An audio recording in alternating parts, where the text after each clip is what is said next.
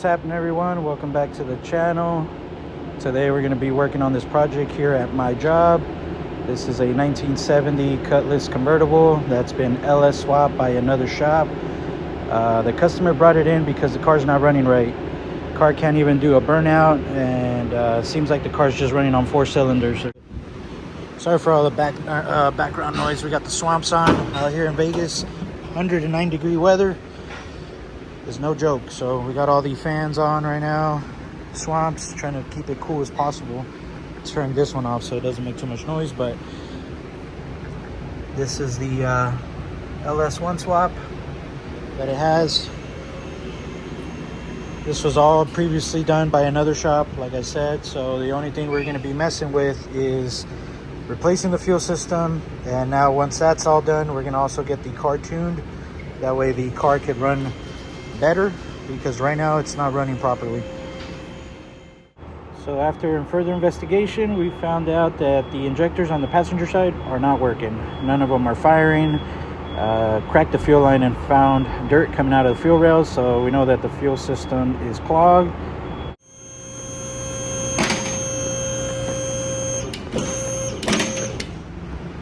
Gonna see how they did the return system part on it. This fuel tank's coming out, going to the trash. Okay, I see what they did. All right, let me get a light.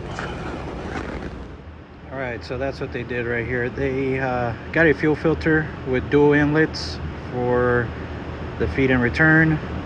They tapped into the factory metal line, which probably that's where the dirt and rust came from, and clogged the fuel system. So all this is going to be getting replaced and thrown away.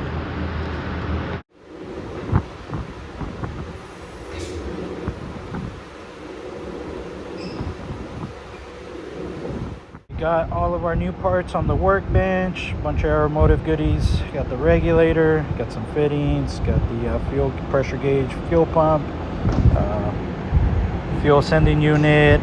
This measures the level on the fuel tank. This is our fuel lab fuel filter we're going to be using. Of course, some Vibrant Dash 6 fuel line. Got our new tank. This is a return style system, so this has 2 fittings for the feed and return. Also got the fuel vent tube right there. All right, so I'm starting to run all my fuel lines. Got everything P-clamped and zip tied. So the way I'm holding my fuel lines here, I'm using P-clamps and I'm drilling holes. And then I'm using a rib nut gun with this. So after you use the rib nut gun, now you got threads. And you don't have to use self-tappers, which now I can use a nice little grade A bolt, a washer, a P-clamp, this right here.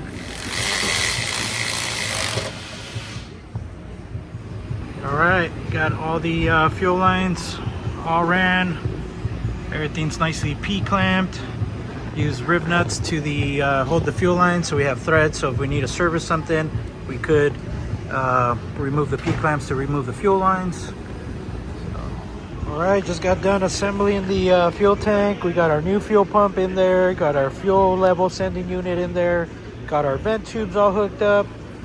The line is extra long because I'm not sure where I'm gonna set the vent tube at.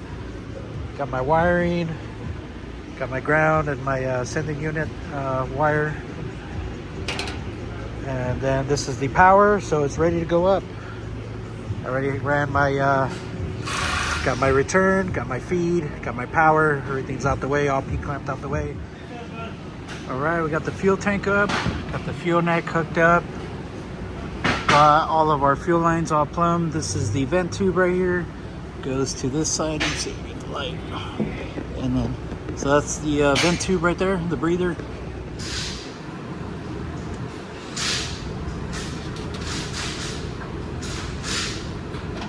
Alright, got my fuel rails right here, got the injectors, got these all cleaned out by my buddy that does injector cleaning services, so they are ready to get put back in. Got my hardware here, so I'm gonna put some O-ring lube on these O-rings so they don't tear, and then get the fuel rails installed. Alright, so next thing we're gonna be doing is finding a good location for the new fuel regulator. Got all my fittings on there. I got my gauge on there to tell how much fuel pressure we have. That way when we turn on the car, we know where we're at when we adjust the fuel pressure. But gonna figure out where we're going to mount it at. Thinking it's gonna be somewhere here on the firewall. So it just got wrapped up installing my fuel regulator. I ended up going here instead of the firewall. Just too much going on, and then I didn't want to cross the fuel lines kind of near the exhaust or the headers. So this way it's nice and slick. It comes by the frame rail and back of the AC unit, connects. That's the feed. Got my return going back, and then this is my feed going into the fuel rail from the back. Loops to the driver's side, and then I got this side capped off. So the fuel system is pretty much complete up here on the top.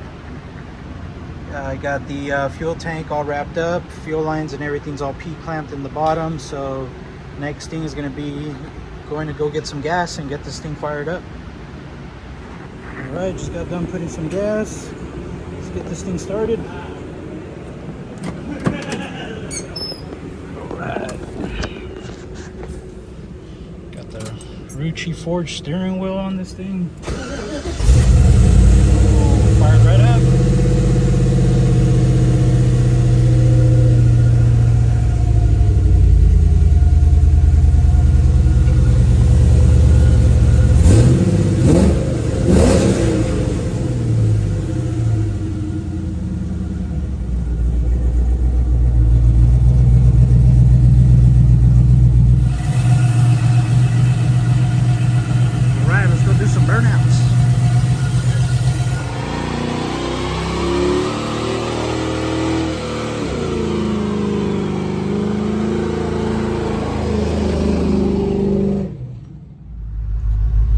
That was a pretty healthy burnout. Car felt good.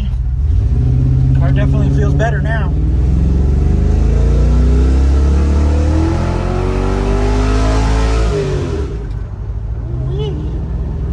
Feels good.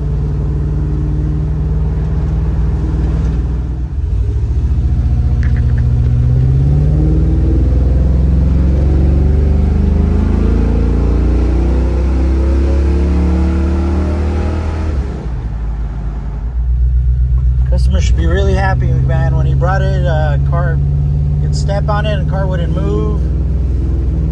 You could just instantly tell that it wasn't running on all 8.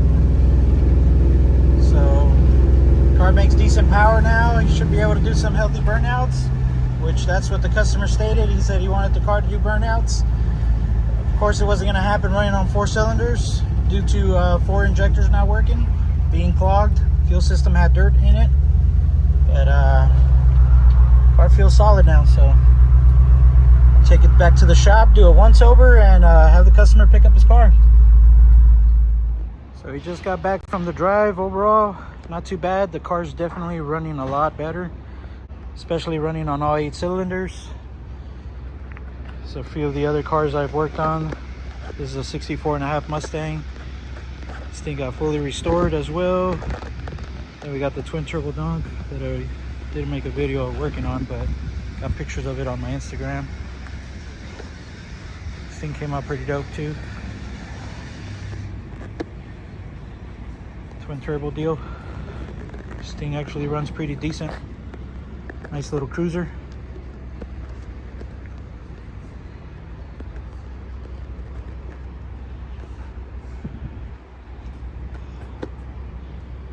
Mustang.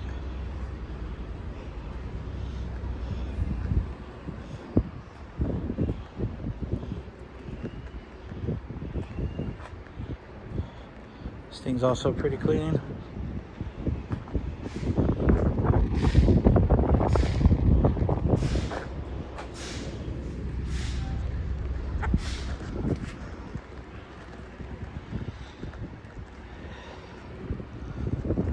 So this one's ready to go home, and this is going to be the Malibu.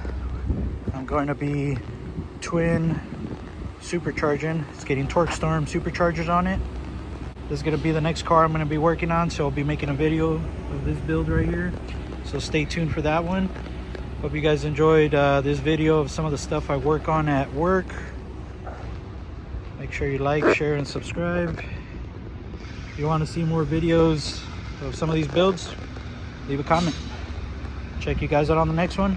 Peace.